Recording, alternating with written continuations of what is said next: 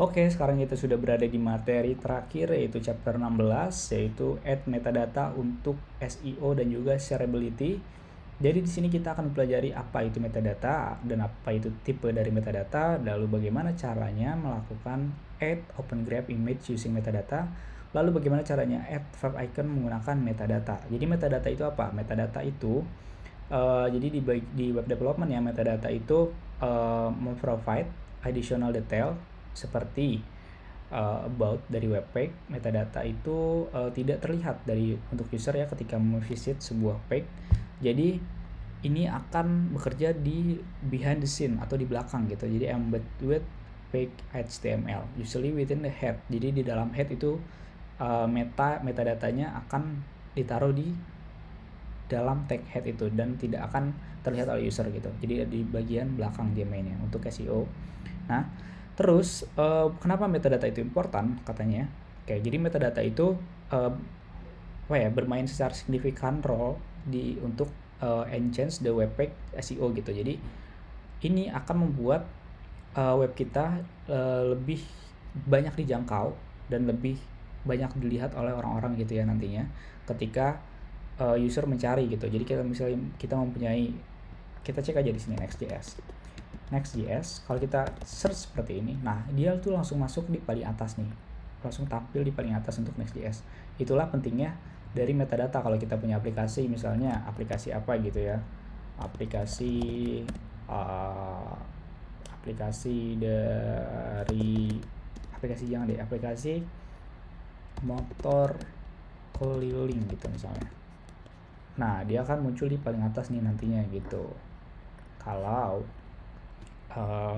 kita mengimplementasikan metadata secara benar gitu, dia akan membantu web kita di paling atas pada search engine nantinya. Nah, tips untuk metadata ya, pertama di sini ada title nih katanya. Di sini kan title kita nggak ada nih ya, masih localhost kayak gini, kayak gitu. Ini kita bisa tambahkan nih nanti untuk titlenya. Titlenya itu berarti ada di mana? Ini bisa kita close dulu biar nggak pusing. Kita close di bagian app, di bagian app, terus kita ke bagian dashboard, di layout ya. Nah di sini ya, di di tag HTML di sini title. Nah, dia udah muncul nih sekarang nih page title. Oke. Lalu di sini kita akan menambahkan sebuah deskripsi dari page kita. Jadi page kita tuh harus ada deskripsinya. Ini adalah metanya. Nah, di sini nggak akan terlihat, nggak ada di sini ya. Jadi kalau kita inspect dia baru muncul nih di bagian head. Nah, di sini ya ada meta report, lalu meta description ya. Di sini juga ada titlenya gitu. Oke. Selanjutnya ada apa lagi nih? Ada keyword. Nah, jadi kan kalau misalnya web kita contohnya ya gini, web kita itu adalah penjualan toko online gitu. Jadi untuk keywordnya berarti misalnya baju murah, fashion murah, fashion keren, kayak gitu-gitulah pokoknya untuk keywordnya kurang lebih.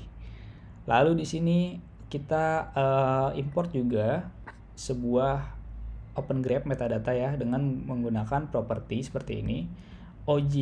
Nah, ini title gitu. Jadi kontennya title here, description here, property here. Nah, di sini akan enhance web page represented when shared a local media platform. Gitu. Kita bisa tambahkan lagi aja di sini.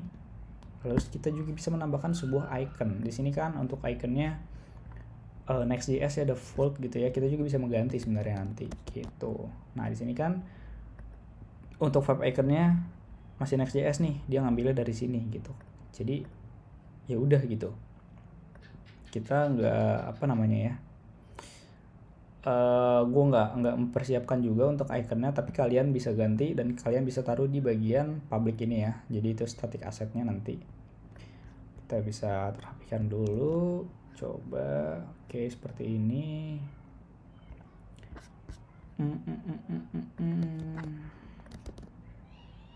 Ya benar. Setelah itu adding metadata nih, config based export static metadata atau dynamic. Nah di sini generate metadata function gitu ya. Ini ada dynamic ya, bla bla bla bla bla. Kalian bisa cari-cari juga di situ di bagian layout atau di pack.js file.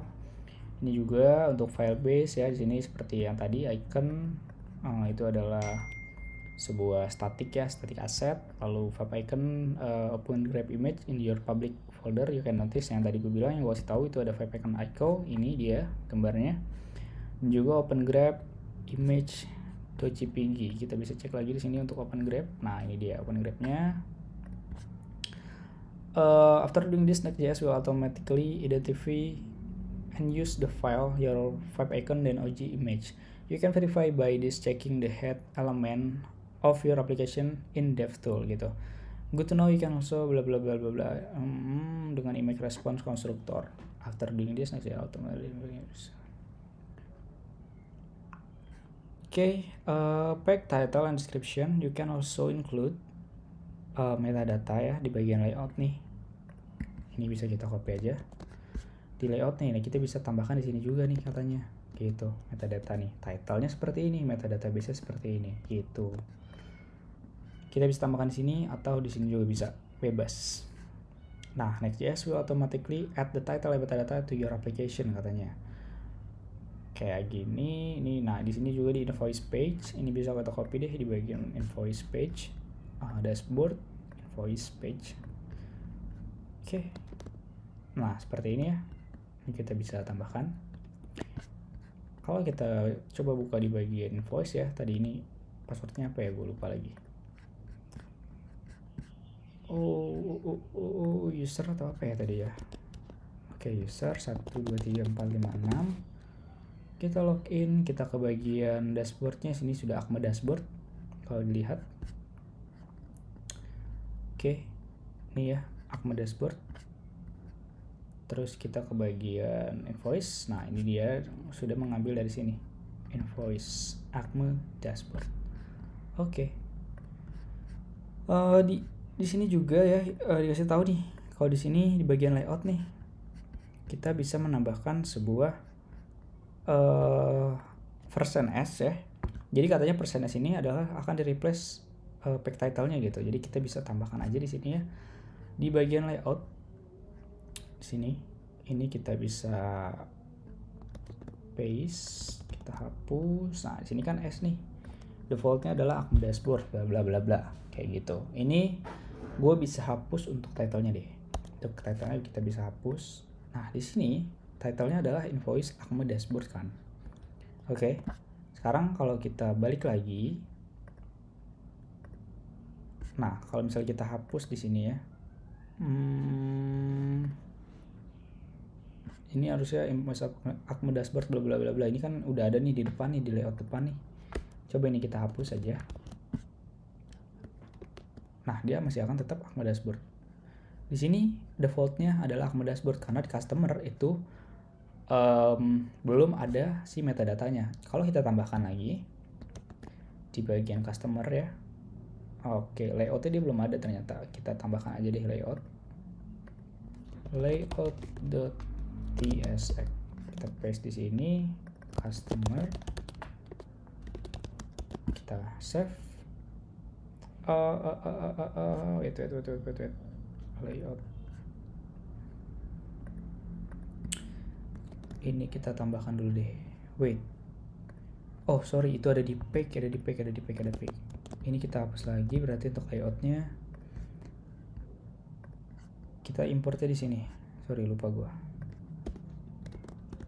Oke, dia akan menjadi customer Akme dashboard gitu karena diambil dari sini nih, dimasukin ke sini nih titlenya. Oke, aman ya. Kalaupun kita untuk description juga bisa, jadi si description juga bisa diubah-ubah nih di sini ya. Tinggal kita tambahkan descriptionnya di sini ya, kita tinggal tulis %s gini gitu. Ini kita oke. Dibuka lagi. Navigate dashboard invoice pack and check headnya. Ini udah benar. Practicing, know your about metadata, practice by adding titles to your order page, di dashboard, di customer, di invoice, di edit, bla bla bla bla, itu semuanya kita bisa menambahkan metadata kita sendiri di page kita semuanya. Oke, berarti sampai situ sudah selesai. Di sini masih ada step ke-17. Di sini ya kita akan explore lagi, berarti kalian bisa explore ya di sini ya. Ini adalah step terakhir, berarti kita sudah selesai untuk mempelajari bagaimana cara membuat aplikasi Next.js, dashboard dan login ya semuanya dari dokumentasi resmi Next.js itu sendiri gitu. Nah, setelah kalian selesai semuanya, kalian bisa mempelajari lagi di sini Next.js documentation-nya, Next.js template-nya, ada admin dashboard, ada e-commerce, ada starter kit, blog, dan juga ada AI chatbot, ada image gallery starter, lalu di sini ada Next.js repository dan ada Vercel YouTube-nya. Nah, di sini juga kita bisa share your Next.js app ya di sini.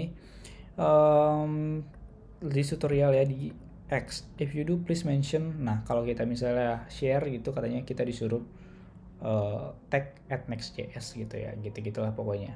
Oke, berarti sampai sini sudah selesai. Kita bakal ketemu lagi di next pembelajaran lainnya. Dan ya lumayan kalau misalnya dari gua ini menggunakan Next.js, karena sebelumnya gua memakai Laravel ya.